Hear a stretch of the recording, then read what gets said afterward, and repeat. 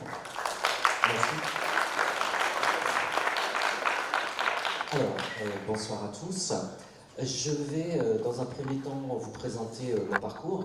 Alors, j'ai peut-être le parcours le plus atypique par rapport à tous les intervenants de ce soir, dans la mesure où je suis arrivé assez tard à l'environnement. Mais en même temps, c'est l'occasion de voir qu'on peut prendre des chemins détournés et que, dans votre vie professionnelle, puisque j'ai déjà un certain âge, on peut justement changer et puis développer de nouveaux projets au fil de sa carrière. Donc je suis effectivement maître de conférence ici. Je vais vous présenter rapidement ma formation. Donc à la base, moi je ne suis pas universitaire, je suis passé par des écoles d'ingénieurs et j'ai une formation d'ingénieur biochimiste à l'INSA de Lyon.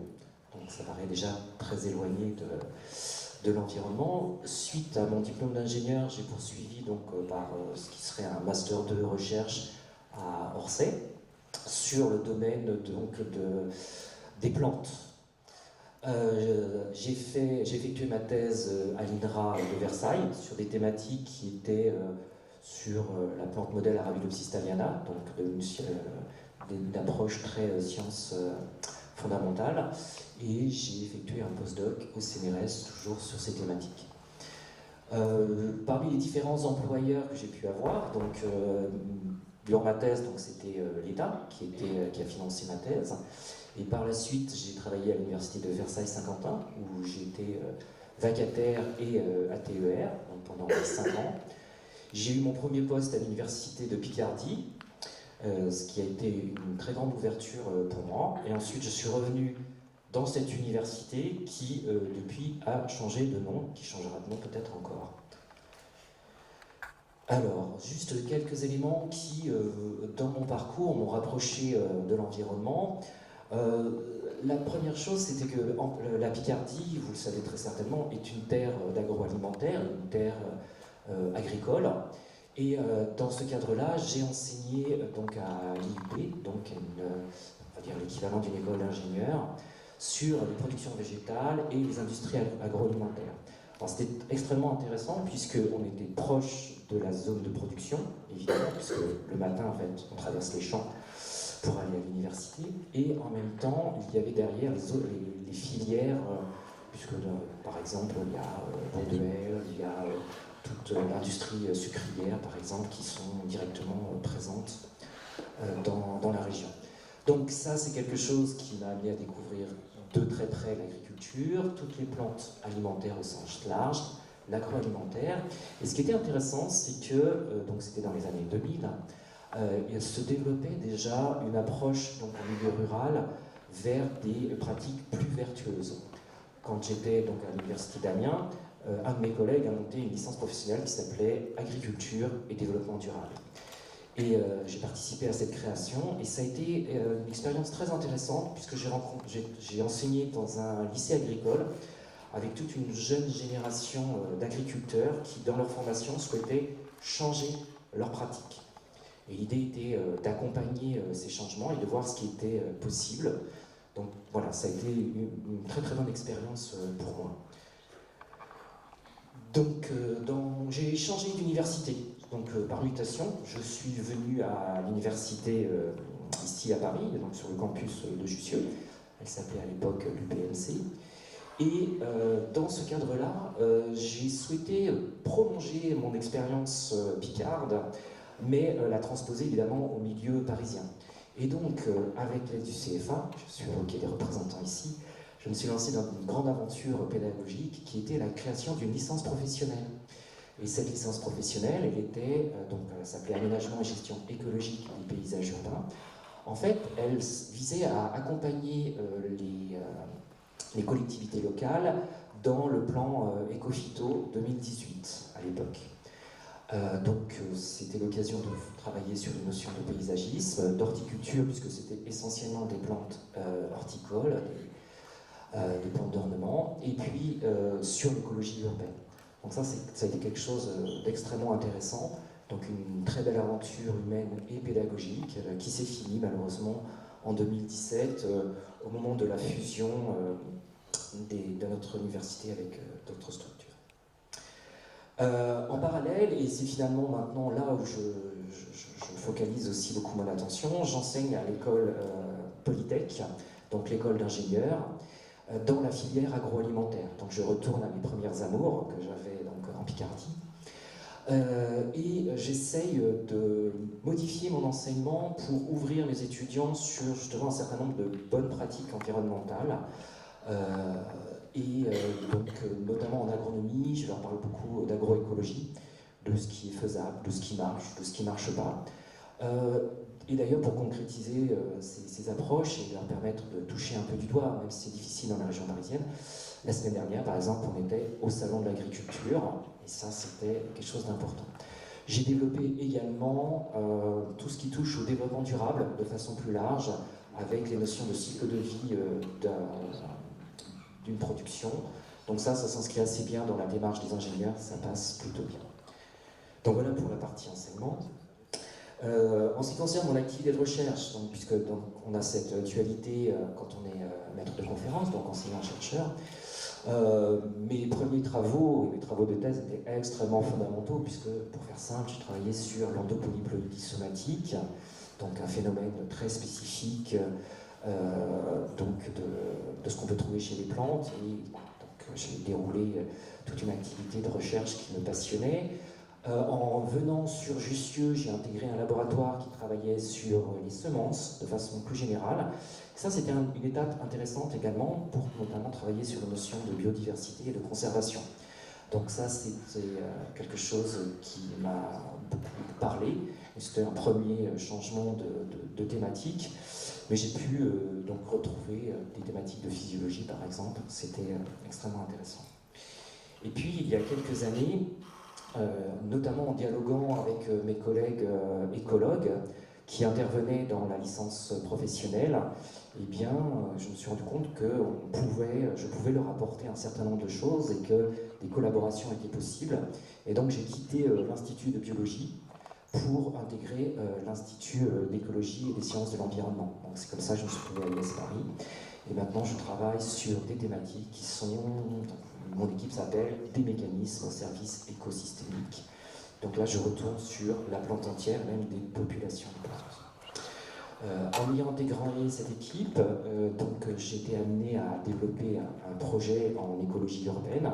Donc c'est comme toujours, un projet, ce n'est jamais porté par une seule personne, mais par toute une équipe. Je vous présenterai quelques-uns de mes autres collègues. Alors, c'était intéressant de monter ce projet. Il était dans la continuité d'une thèse qui avait été réalisée au laboratoire juste avant mon arrivée, qui concernait les toitures végétalisées. Le laboratoire avait abordé ça de façon très scientifique, avec notamment l'idée de montrer que la biodiversité était une façon d'enrichir les services écosystémiques et un certain nombre de questionnements sur l'usage qu'on souhaitait avoir de ces toits végétalisés. L'enjeu du projet qu'on a écrit était un petit peu différent, puisque jusqu'à présent, donc, je crois que c'est en 2018, je me souviens bien, il y a une loi qui est passée qui impose, lorsqu'on a des toitures au-delà d'une certaine surface, de soit les végétaliser, soit d'y mettre des panneaux solaires. Et l'idée était, finalement, c'est un peu dommage d'avoir choisi entre les deux. Que se passe-t-il si on met les deux ensemble? Et donc, c'est le but, justement, de ce projet d'écologie urbaine, c'est de tester ces interactions. Alors, juste peut-être quelques mots, ça vous parlera un petit peu. Pourquoi, justement, réfléchir sur ces services écosystémiques? L'idée est de voir si la présence des plantes sur nos panneaux solaires, enfin, sous nos panneaux solaires, pouvait avoir une influence positive. Donc ce qui avait été déjà observé, mais c'est assez variable, c'est que en fait les plantes, de par l'évapotranspiration, pouvaient avoir un effet rafraîchissant sur la température des panneaux. Or, il se trouve que, donc ça c'est une donnée physique, le rendement en production électrique d'un panneau photovoltaïque diminue avec sa température. Et vous voyez que vous pouvez avoir une perte conséquente jusqu'à 15-20% pour des températures extrêmes qui arrivent assez facilement lorsque l'on est sur un toit. On peut aller à 60 degrés pour un panneau sans trop de... Enfin, ça arrive souvent. Donc voilà le point de départ et la théorie. À partir de là, donc, on a une mise en place d'un dispositif et tout un système pour justement travailler sur ces interactions. Alors, outre le fait évidemment de chapeauter la conception et les différents intervenants dans ce projet, moi je suis intervenu plus spécifiquement sur le choix des plantes et sur notamment les notions de biodiversité.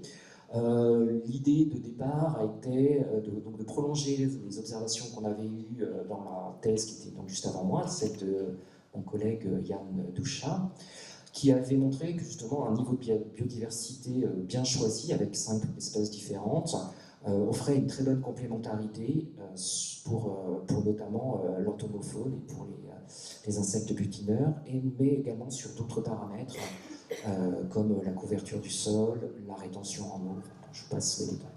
Donc l'idée était de reprendre ces mélanges et de compléter en tenant compte d'un élément important, c'est que en fait dans notre dispositif on va avoir 2 situations très différentes pour nos plantes, des plantes qui seront sous les panneaux, donc plutôt à l'ombre, et des plantes qui au contraire seront en plein soleil. Donc on a choisi ces plantes par rapport à leur préférence, on va dire, et également par rapport à l'étalement des floraisons. Donc voilà un petit peu les paramètres qui ont conduit à ces choix. Donc moi je suis intervenu évidemment en tant que spécialiste des plantes sur ces choix. On avait d'autres paramètres qui étaient leur disponibilité, la possibilité de les faire de les obtenir auprès de producteurs horticoles, enfin bon, un certain nombre d'autres éléments qui sont intervenus. Donc on a fait ce mélange de ce qu'on a appelé 5 plus 5, 5 plantes de plein soleil, 5 plantes plutôt d'ombre. L'idée étant de les répartir au hasard et de voir effectivement si les plantes d'ombre étaient bien à l'ombre et celles au plein soleil seront bien au soleil. On a voulu tester également un autre niveau de biodiversité sur le même principe avec 10 plantes d'ombre et 10 plantes de plein soleil pour augmenter le niveau de biodiversité, même dispositif. Alors, le projet a pris un peu de retard, mais là, le chantier a eu lieu fin 2019. Je vais vous montrer quelques étapes rapidement. En avril, on va passer à l'étape de végétalisation. Donc on va installer les différentes populations de plantes. Et en octobre prochain, on va débuter un travail de thèse donc pour l'analyse du dispositif. Je vous présente rapidement le lieu. Donc en fait, c'est un bâtiment qui nous a été prêté par ICAD. On dispose d'à peu près 250 mètres carrés de toit.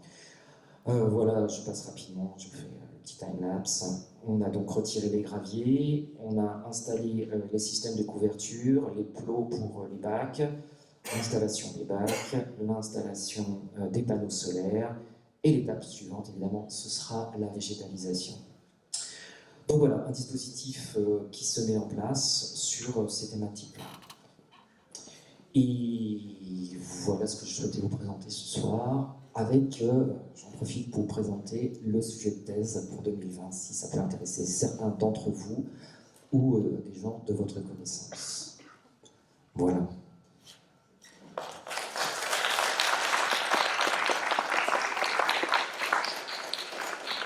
Merci beaucoup. Donc merci beaucoup Emmanuel. Du coup, on voulait savoir si quelques-uns d'entre vous avaient des questions à poser par rapport à la formation, au travail que fait Monsieur Gendreau. Non, personne. Si, Christelle. Ah.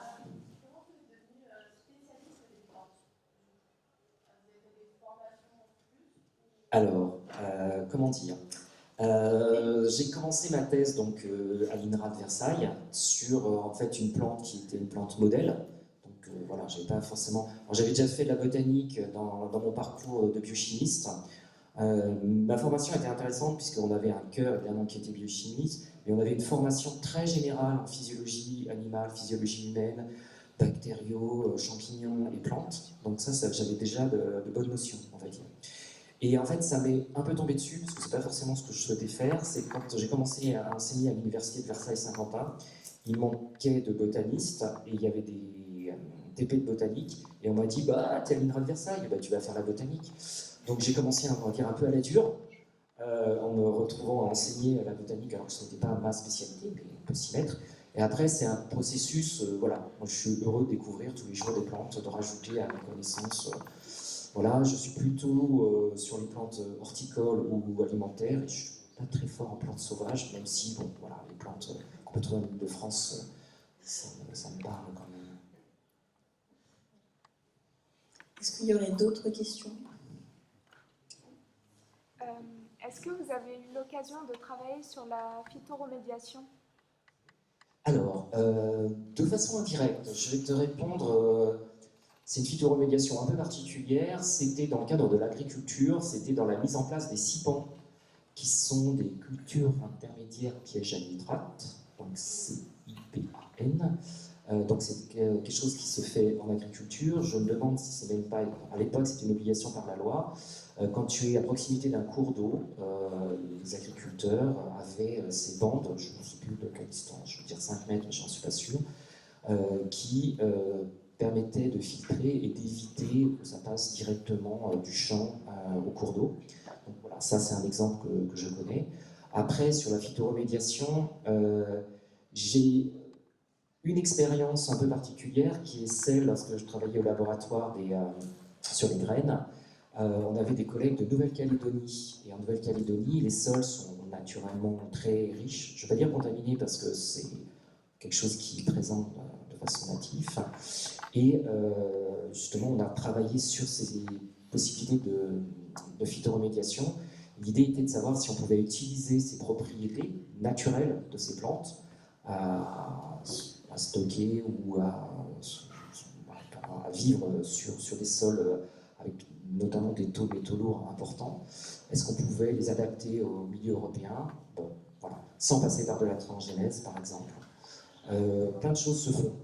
C'est pas toujours évident. Et puis, bon, il y a un problème, on va dire, climatique et le type de sol qui font que, voilà. Sinon, j'ai pas travaillé plus que ça sur ces thématiques-là. Concernant le poids que représentent les plantes plus les panneaux photovoltaïques, est-ce que c'est une solution qui est applicable à un habitat individuel, par exemple? Alors, c'est une très bonne question, et ça a été un des problèmes du projet.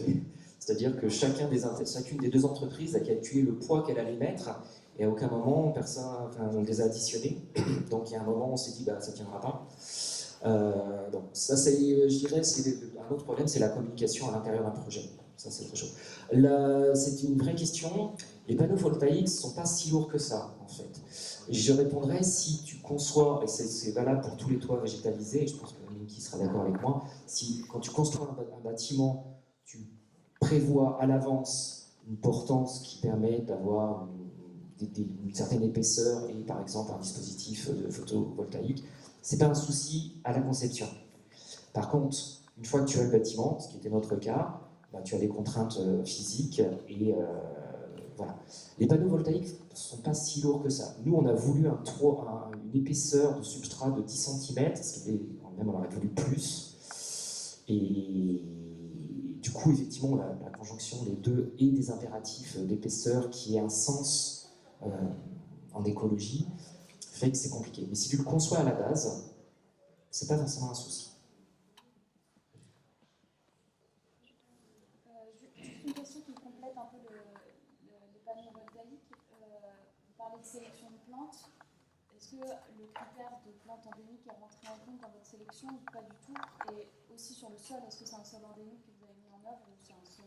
Alors, juste, dans le choix des plantes, effectivement, on s'est restreint sur la palette de plantes présentes en Ile-de-France, autant que possible.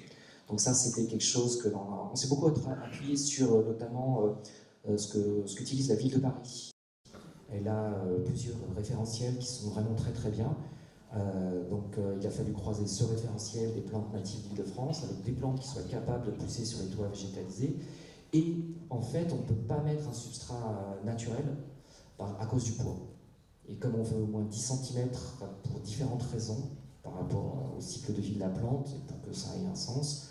On est obligé de mettre un substrat allégé, avec de la pouzzolane, avec de la matière organique, enfin un certain nombre de choses.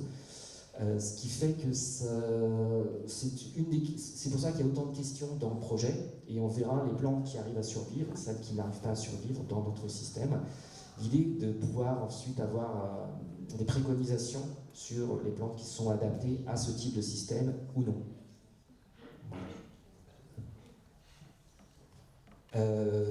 Alors, je dirais que dans une vie professionnelle, c'est des séries de rencontres et qu'il faut toujours essayer de trouver les gens avec qui ça se passe bien. Et quand ça se passe mal, ce qui m'est arrivé dans ma carrière, ou ce qui arrive dans beaucoup de carrières, trouver des solutions pour s'en sortir. L'idée aussi, c'est d'avoir de la curiosité, de rebondir, de saisir des opportunités. Et je suis peut-être un petit peu atypique, parce que j'ai quand même changé au moins 3 fois, donc ça fait 20 ans que je suis maître de confs, ça fait 3e changement thématique peut-être dans ma vie, même s'il y a une continuité, et à chaque fois j'ai fait des choses qui me plaisaient, et dans lesquelles j'apportais quelque chose, je voulais... donc peut-être que c'est ça le secret. Après, il y a des belles réussites, il y a des moments de doute, il y a des échecs. L'idée de toujours rebondir, et ce qui m'a toujours porté dans ma carrière, c'est vous, en fait. C'est l'enseignement.